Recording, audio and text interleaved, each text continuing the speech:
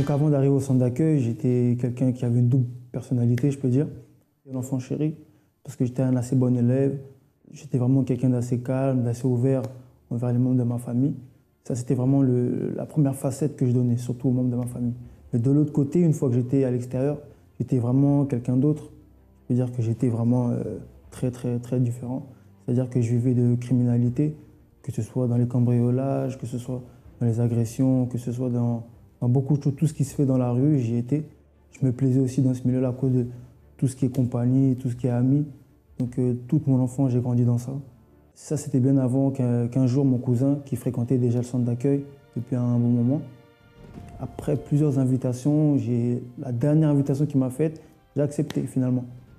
Je venais pour venir, mais la vraie décision, elle pouvait venir que de moi. Et cette décision-là, je l'ai prise à travers une campagne d'Israël. Il faut savoir que la campagne d'Israël, c'est le tout d'une personne contre le tout de Dieu. Je peux dire que vraiment, aujourd'hui, je suis vraiment quelqu'un de différent.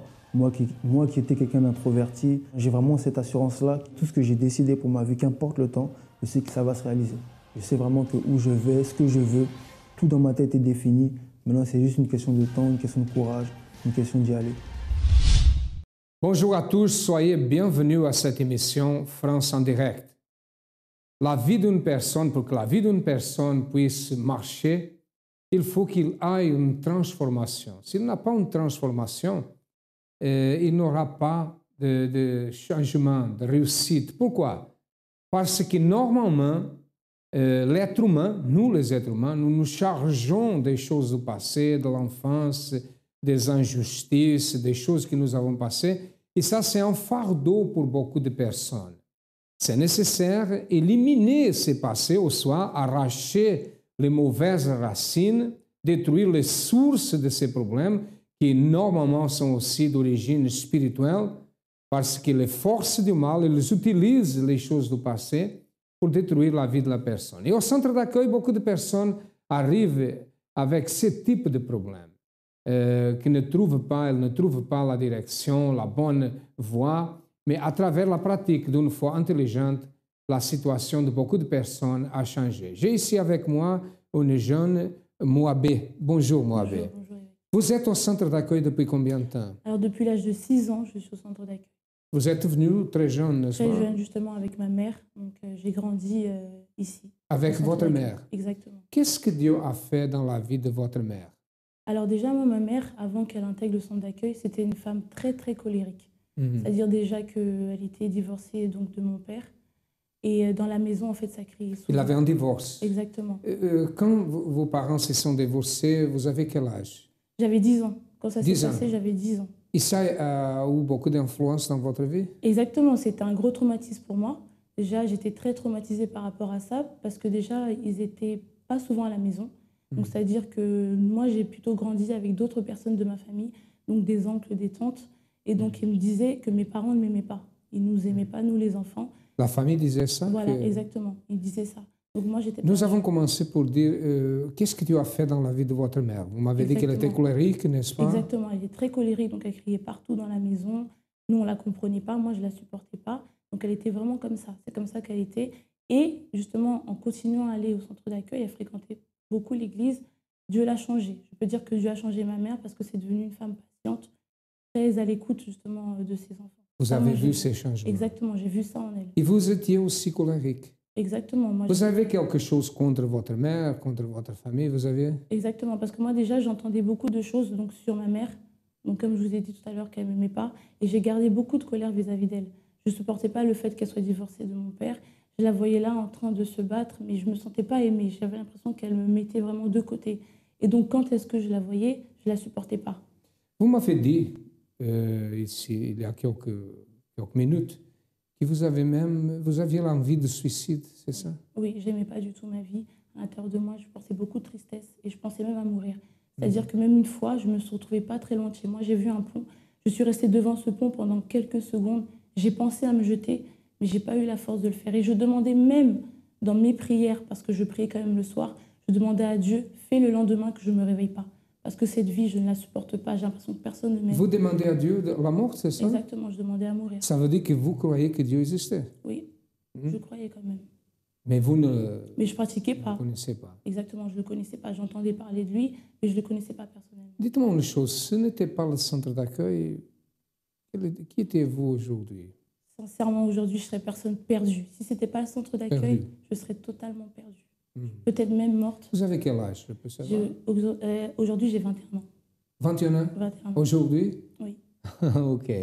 21 ans. Regardez bien, 21 ans de souffrance, d'envie l'envie de suicide. Une jeune qui avait même préparé, elle a préparé un projet pour se suicider. Elle priait Dieu. Quelle était la prière qu'elle faisait? La mort. Regardez une chose, sa mère était colérique. Elle était colérique aussi. Ça veut dire quoi? Qu'il avait un esprit, une force du mal qui agissait dans la famille, qui a détruit le mariage de sa mère, et a fait la séparation, et qui était en train de détruire la vie de Moabé parce qu'elle allait se suicider. Mais un jour, elle a connu le centre d'accueil, elle est venue avec sa mère, et d'ici à quelques moments, nous allons savoir qu'est-ce qui s'est passé. Depuis que je suis arrivée au centre d'accueil, donc Dieu, j'ai été associée avec quelqu'un, cette personne est partie, et du jour au lendemain, elle m'a laissée avec une dette considérable de plus de 80 000 euros. Toute seule à affronter ça. Oui, toute seule à affronter ça. Donc j'ai commencé à prier, à faire ce qu'il fallait. Et puis cette dette, Dieu a opéré. Dieu a effacé cette dette. Donc, c'est Complètement effacé. Complètement effacé. 80 000. Oui, complètement effacé. Le sacrifice est arrivé. Donc, le sacrifice est arrivé entre-temps. J'ai pris mon enveloppe. Entre-temps, la campagne d'Israël est arrivée. J'ai pris l'enveloppe. J'ai créé mon sacrifice. Et puis, pour gérer mes affaires, j'ai un avocat. Donc, cet avocat, je lui avais fait un chèque. Je lui avais demandé de ne pas encaisser ce chèque. Il m'avait écrit, pas de problème, je ne l'encaisserai pas. Et entre-temps, au moment de la campagne d'Israël, le chèque a été mis en banque. La première chose que le pasteur m'a demandé, est-ce que vous aviez votre sacrifice à côté? Oui, je l'avais à côté. Je ne l'ai pas remis, mon sacrifice. J'ai eu confiance, je n'ai pas eu peur. Donc, j'ai quand même appelé ma banque en leur demandant du temps. Et c'était un gros chèque. Et donc, ma banque, ils ne m'ont pas dit grand-chose. Et ce qui s'est passé, c'est qu'une semaine... Donc, j'ai fait mon sacrifice, je l'ai déposé. Et la semaine d'après, Dieu m'a donné 2 fois le sacrifice, 2 fois le chèque de l'avocat. 2 fois? Oui, Dieu l'a multiplié. OK. Et toute cette semaine, il m'a encore béni. Dites-moi une chose. Comment va votre vie aujourd'hui? J'ai la paix, elle est géniale. J'aime énorme. J'aime Dieu plus que moi-même. Okay. Voilà. Vous étiez malade? Oui, je marche, je porte des talons. Vous avez la pensée de suicide? C'est fini. C'est fini. Complètement. Complètement. Amen. Grâce à Dieu. Que Dieu vous bénisse. Amen.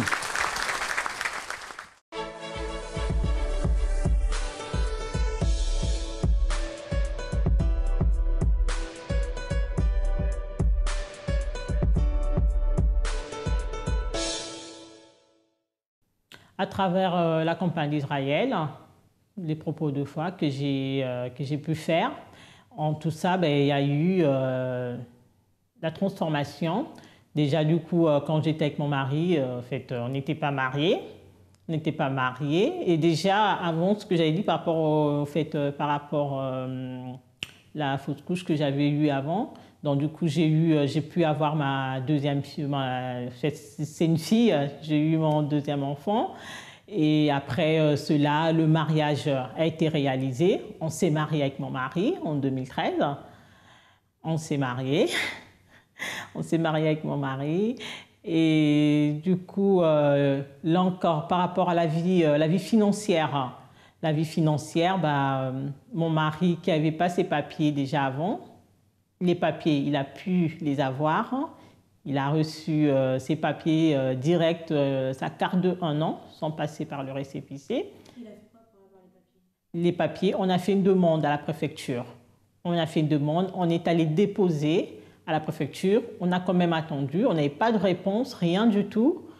Et c'était vraiment bizarre, mais j'ai toujours continué dans la foi à persévérer, à venir dans des propos de foi, à persévérer. Et du coup, en rentrant un jour chez moi, j'ai trouvé un courrier de visite médicale. Je me suis dit, c'est bizarre, comment ça se fait que la visite médicale peut arriver avant que... Parce que c'est normalement, on donne d'abord un récépissé à la personne et ensuite on reçoit la visite médicale. Je dis, bah, c'est pas normal, j'ai appelé mon mari. Du coup, il est parti à la préfecture en disant que j'ai reçu la visite médicale, mais par contre, j'ai pas de papier. Comment est-ce que je pourrais me rendre? On vérifie, la préfecture vérifie, bah, elle dit que monsieur, votre carte, elle est déjà prête. Il était étonné, dans la joie. Donc, du coup, les papiers ont été résolus. Et là, on a créé notre entreprise, dont je suis la gérante. Donc, l'entreprise qui a été quand même créée il n'y a pas longtemps. On n'est pas du tout le client. Et on a continué à persévérer.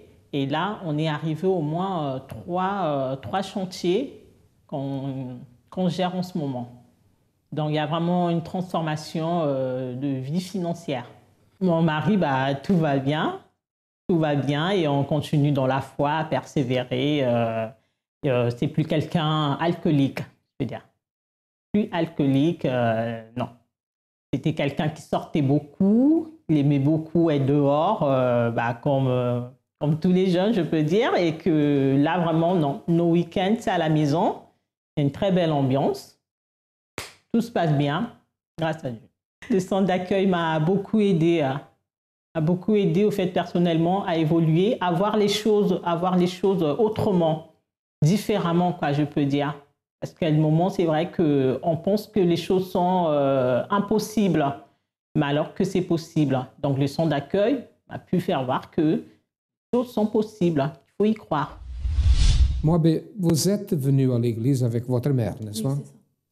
Comment a été le premier contact avec le centre d'accueil? Qu'est-ce qui s'est passé? Alors au départ, j'écoutais donc des paroles, mais ça m'interpellait pas. C'est-à-dire que pour moi, je venais déjà pour faire plaisir à ma mère, comme elle voulait que je vienne, alors je venais juste pour ça. Donc c'est comme ça que j'ai commencé. Donc j'avais pas envie de prendre une décision, je voyais pas l'importance. Mais vous étiez très jeune. Oui, voilà. En plus, à l'extérieur, on me proposait pas mal de choses. Donc pour moi, j'étais jeune, je savais, j'avais la tête sur les épaules pour moi. Donc j'avais pas besoin de Dieu. Ok, mais quand est-ce que les choses ont commencé à changer? Alors déjà, une fois, je suis arrivée à l'église, au centre d'accueil, justement, le pasteur, il a donné une parole qui vraiment, j'ai l'impression qu'il connaissait vraiment ma vie. Ce qu'il a dit, ça m'a vraiment interpellée. Je me suis dit, mais si je ne lui ai pas raconté ma vie, il a dit tout ça, c'est que là, j'ai besoin de Dieu. Donc là, je me suis vraiment humiliée devant Dieu. J'ai reconnu que j'avais besoin de lui et que j'étais en train de perdre du temps comme ça. Donc c'est à partir de là que j'ai pris une décision. Je suis vraiment engagée dans la chaîne de délivrance. Déjà, premièrement, c'était la première étape pour moi à franchir. Et donc, j'ai commencé avec des chaînes de délivrance. J'ai été délivrée donc, de toutes ces oppressions que j'avais à l'intérieur de moi. J'ai été délivrée de cela. Et j'ai commencé vraiment à être bien. Je me suis sentie bien, mais je me suis dit, il ne faut pas que je m'arrête là. J'ai écouté les paroles, il ne fallait pas que je m'arrête là. Il fallait que je puisse avoir le plus important, que c'est le Saint-Esprit. Et donc, je suis même engagée dans une chaîne, donc, comme je vous ai dit, chaîne de prière. Et par là, j'ai fait aussi la campagne d'Israël. Donc, pour le plus important, que c'est le Saint-Esprit. Vous avez participé de la campagne d'Israël? J'ai participé, exactement. OK. Qui êtes-vous aujourd'hui? Qu'est-ce qui a changé dans votre vie? Qu'est-ce que Dieu a fait? Alors déjà, aujourd'hui, je suis une jeune épanouie. J'ai la joie, j'ai la paix à l'intérieur de moi. C'est-à-dire que je ne me laisse plus absorber par les paroles négatives. Et aujourd'hui, je sais que Dieu il est avec moi. Donc ça, déjà, c'est un grand pas. Et je suis moi-même. Je ne veux plus paraître, vivre d'apparence. Et pour moi, c'est ce qu'il y a de plus important. J'ai des bons yeux vis-à-vis de ma mère. Voilà, je prie pour elle. Il n'a plus d'haine. Plus de mauvais sentiments, de colère ardue vis-à-vis d'elle. Non, je l'aime. Aujourd'hui, je peux dire que j'aime ma mère. Et le suicide? Ah non, aujourd'hui, non, pas du tout. Comment vous priez aujourd'hui? Vous priez, vous demandez la mort? Ah non, pas du tout. Au contraire, je veux que mes jours ils s'allongent dans la présence de Dieu. Et vraiment, je remercie Dieu justement de m'avoir gardé jusqu'ici. Et pour moi, voilà, je veux vivre, cheminer avec lui jusqu'au bout. Moabé, dites-moi une chose, vous êtes une nouvelle personne. Oui. Tout a changé. Aujourd'hui, vous avez la joie. Tout a changé, la joie. Vous savez qu'il y a des jeunes qui ont votre âge, il y a des familles qui sont en train d'être détruites. Qu'est-ce que vous dites à ces personnes en regardant cette caméra? Qu'est-ce que vous dites? Quel est le conseil que vous donnez à cette personne? Alors, la personne qui me regarde aujourd'hui et qui se reconnaît dans cette situation, une chose est sûre, c'est qu'avec Dieu, il y a la solution à tout. Tout seul, on peut penser faire les choses, mais au bout d'un moment, on sera toujours limité, freiné par notre nature humaine. Ça, c'est une chose qui nous rattrape tôt ou tard. Donc, sachez qu'il y a une solution à tout problème. Votre famille, ce n'est pas un fardeau, au contraire. Avec Dieu, c'est une paix, c'est une joie, c'est une chose dont on peut profiter justement positivement. Ok. Moabé, qu'est-ce que représente pour vous le centre d'accueil? Alors pour moi, le centre d'accueil, c'est une école, c'est l'école de la vie. Pour moi, c'est l'école de la vie. C'est-à-dire que moi, je suis arrivée avant vraiment d'intégrer cette école. J'avais aucune vie, j'avais aucun objectif. Et le centre d'accueil m'a permis d'avoir des objectifs qui soient en accord avec la parole de Dieu. Ok, continuez dans cette foi. Bon, et comme Dieu a changé au soir, la vie de Moabé a changé de sa mère, de la famille, a changé au centre d'accueil, la même chose peut se passer avec vous. Sachez que les portes du centre d'accueil sont ouvertes du matin au soir, de lundi à lundi. Nous sommes là toujours et nous avons un objectif, vous aider. Regardez plus de témoignages et après nous retournerons pour savoir qu'est-ce qui s'est passé dans la vie d'une autre personne en participant de la campagne d'Israël. J'étais quelqu'un qui était très nerveux, il n'y avait pas la sagesse. À l'intérieur de moi, ça n'allait pas. Je n'écoutais pas mon épouse, même au travail, je n'écoutais personne au travail aussi. Il pouvait parler, mais je n'écoutais pas. Dans ma vie, rien n'avançait. Tout ce que je faisais, c'était l'échec. Et j'ai connu le centre d'accueil par ma fille, qui un jour qui m'a amené un semeur.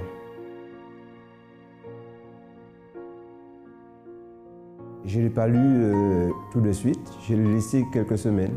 Et après un jour, ça m'a pris, je l'ai regardé, j'ai lu et j'ai vu des témoignages des gens. Alors j'ai dit tout de suite, il faut que je cherche l'église. Et quand je suis arrivé à l'église, j'ai suivi des chaînes de prière.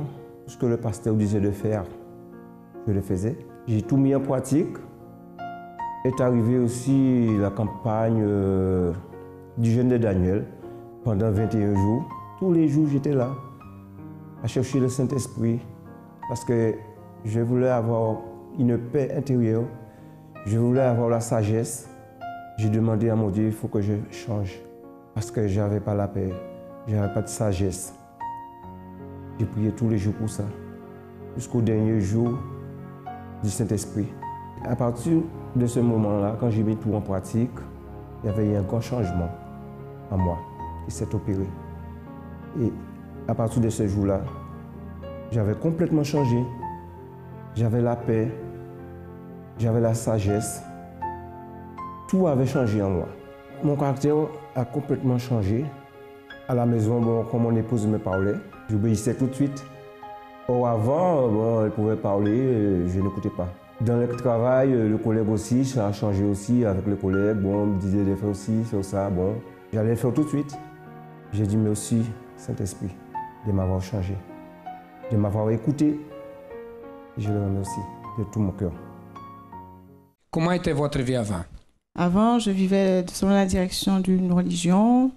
J'avais la vie détruite, je sortais d'une séparation, d'un divorce. J'avais des problèmes financiers, je vivais avec de grands découverts et j'avais des dettes, une dette que je n'arrivais pas à effacer parce qu'elle résultait de mon ex-mariage. Je croyais en Dieu, je croyais en la parole de Dieu, je la connaissais, mais elle ne se réalisait pas dans ma vie. Ma vie n'avait pas de sens. Mais j'ai sacrifié beaucoup. J'ai écouté la voix de Dieu qui sort de l'autel. J'ai écouté à travers les propos tout ce que les pasteurs demandaient de faire, de sacrifier. Je me suis sacrifiée. La campagne d'Israël? Oui, j'ai fait la campagne d'Israël. J'ai fait toutes les campagnes d'Israël depuis que je suis arrivée. Je n'ai pas hésité. J'ai donné tout ce que j'avais, le peu que j'avais au départ quand je suis arrivée, puisque j'étais endettée. Après, quand j'ai commencé à gagner plus, j'ai sacrifié tout ce que j'avais. J'ai sacrifié tout mon chiffre d'affaires. Après, Dieu a permis que j'achète des voitures. J'ai encore sacrifié les voitures. Aujourd'hui, j'ai encore de nouvelles voitures. Et Dieu... Vous avez une nouvelle voiture? Non, j'ai acheté deux voitures cette année. J'en avais déjà une. 3 voitures? Donc, ça fait 3 voitures. Et toutes sont toutes en état neuf. Amen. venez visiter notre page Facebook CA Universel. Vous y retrouverez des articles de motivation, les dates de nos événements, tous les liens utiles pour votre développement personnel.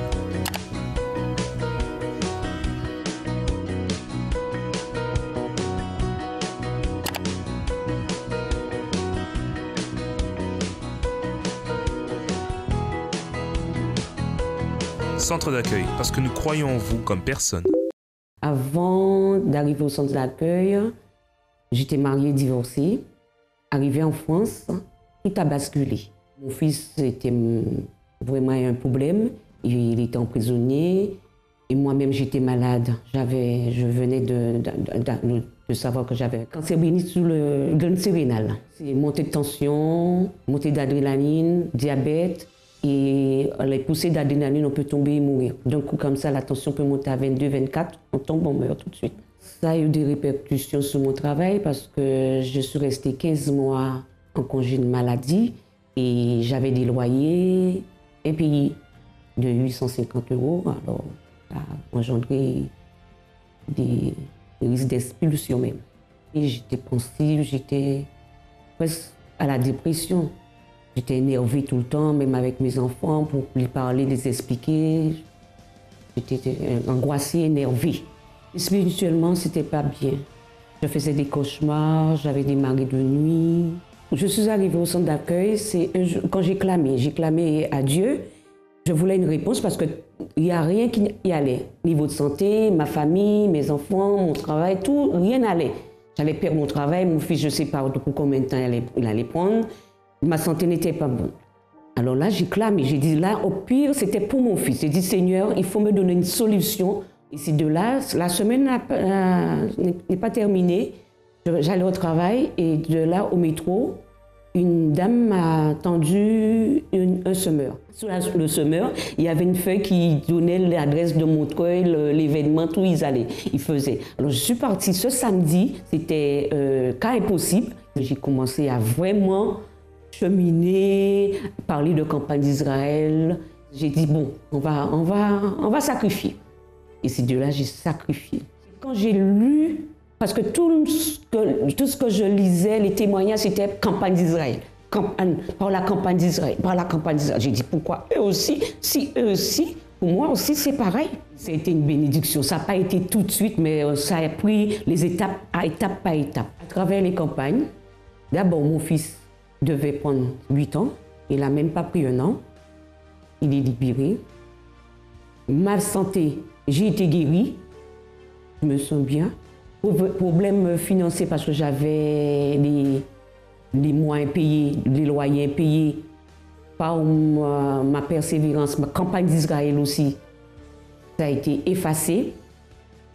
Le pardon, j'ai pardonné. Le Dieu m'a permis de voyager aux Antilles, aller pardonner la personne où je ne voulais pas du tout. Et c'est depuis le pardon, je suis arrivée en France, tout a été débloqué. Mon travail, j'ai eu des promotions. J'étais aide à domicile. Dieu a mis quelqu'un à mes côtés qui m'a aidé. J'ai validé mes 8 modules d'auxiliaire de vie. Après auxiliaire de vie, j'ai dit Seigneur, je vais aller plus loin parce qu'on avait un propos avec l'aigle, les yeux de l'aigle, pour voir plus grand. Et alors j'ai dit aussi, alors je vais voir plus grand. J'ai vu plus grand. J'ai dit bon, malgré mon certain âge, mais je vais passer mon diplôme d'aide-soignante. Effectivement, j'ai fait la différence. Parmi les 3, nous sommes 3 qui sont à mon travail qui sont partis. Je suis la seule qui l'a eu 2 coups. J'ai fait la différence. Et Dieu m'a béni. Le poste que je voulais, j'ai fait un courrier, j'ai dit je voulais ce poste. On m'a dit oh, c'est pas. J'ai eu ce poste. Pendant 1 an, j'ai pas touché, j'ai pas joué au foot. Et quand je suis venu, on m'a parlé de l'équipe de foot de la FGF, etc. Donc là, à ce moment-là, je commence à repartir jouer au foot avec la FGF. Et à ce moment-là, j'ai revoulu jouer au foot pour de vrai. Donc là, j'ai parlé avec le pasteur Dominique. Il m'a dit d'aller chercher un club. Et comme ça faisait 1 an et quelques que je n'avais pas joué, je me disais que je vais chercher un petit club pour reprendre le niveau, etc. Il m'a dit non, on va chercher un vrai club. Donc, le pasteur Dominique Vous allez chercher un club et tu vas trouver. Voilà. Qu'est-ce qui s'est passé? Moi, au début, je cherchais des clubs ici sur Paris. C'est-à-dire que j'ai joué à plein de clubs ici sur Paris. Et on me disait, il y en a des clubs qui me disaient non. Donc à ce moment-là, j'ai la compagnie d'Israël qui est venue. J'ai fait mon sacrifice et j'ai déterminé que j'allais trouver un club. Donc j'ai envoyé des CV partout, dans tous les clubs, dans toute la France, etc. Et il y a un club de Ligue 1 qui m'a répondu. Ils m'ont dit de venir cette semaine-là, lundi passé. Mais je suis allé faire une semaine de test. Après, on me dit comment ça va se passer. Bah, j'ai fait ma semaine de test et ils m'ont pris. Ils ont pris. Et voilà. Maintenant, ils ont un club. Dieu bénisse. À travers la campagne d'Israël, Rudy a changé sa vie et a réalisé son rêve. Et la même chose se passe dans la vie de tous ceux qui pratiquent la foi intelligente au centre d'accueil. Nous avons fait une caravane, un voyage au Brésil, au temple de Salomon. Et le prochain mois, nous allons faire un autre voyage, une autre caravane. Et nous avons ici avec nous Manuela, qui a été là au temple. Bonjour Manuela. Bonjour. Comment a été votre expérience au temple de Salomon? Alors, mon expérience a vraiment été merveilleuse, surtout au moment où on a visité le tabernacle. Parce qu'à ce moment-là, c'était plus simplement la Bible, c'était plus ce qu'on lisait, mais c'était vraiment la Bible en réalité. C'était vraiment tout ce qui était expliqué. Ça m'a permis vraiment de mieux comprendre ce qui était l'alliance avec Dieu. Donc, ça m'a permis de revoir toute ma vie spirituelle, ma relation, l'état de mon alliance avec Dieu. Et vraiment, j'ai eu une autre vision, une autre compréhension en fait, de la gloire de Dieu, de la présence de Dieu, de ce que c'est que de marcher avec Dieu, d'avoir vraiment une véritable alliance avec Dieu. Ça veut dire que vous avez maintenant une autre vision Oui. par rapport aux choses de Dieu, n'est-ce pas? Totalement. Quel a été le moment le plus important pour vous, qui a eu influence dans votre vie? Le moment qui a eu la plus grande influence dans ma vie, c'est vraiment au travers, comme je vous disais, du tabernacle, au travers vraiment de l'explication qui a été faite de ce que c'est que de sacrifier, que de ce que c'est que d'être un serviteur de Dieu. Ce n'est pas dans le titre, ce n'est pas dans un jour, mais vraiment dans le quotidien, dans l'alliance, dans le renoncement de soi. Et j'ai vraiment compris qu'avec Dieu, je peux vraiment tout faire, tout vaincre, peu importe les difficultés qui vont arriver, mais que vraiment, au travers du tabernacle, au travers de l'alliance, en maintenant toujours ma foi allumée avec le Saint-Esprit, que je pouvais vraiment vaincre. Et quand vous êtes entré dans le sanctuaire, oui. Au moment de la réunion, de la prière, comment vous sentez-vous dedans? Unique, comme si je n'étais plus sur terre, comme si j'avais oublié tout, que j'étais au Brésil, que j'étais tout l'espace-temps, tout ce qui était physique, temporel. C'est comme si vous n'étiez pas dans le monde. Non, véritablement, j'avais tout oublié. C'était vraiment comme si c'était mon âme et Dieu, tout simplement, en relation. Même s'il y avait 10 000 autres personnes, c'est comme si elle n'était pas là. C'est vraiment comme si j'étais seule avec Dieu. Voici le témoignage de Manuela, qui a été au temple de Salomon et qui raconte ce qui s'est passé. Bon, et nous arrivons à la fin de cette émission. Avez-vous des problèmes? Avez-vous besoin de notre aide? Sachez que nous sommes là pour vous aider. Les portes du centre d'accueil sont ouvertes du matin au soir et toute la semaine, de lundi à lundi. Nous sommes situés au 254 de la rue du Faubourg Saint-Martin, au 10e arrondissement à Paris. Comme vous pouvez constater, nous avons d'autres centres d'accueil. Cherchez le plus proche de vous et certainement votre vie changera. À demain et que Dieu vous bénisse à tous abondamment.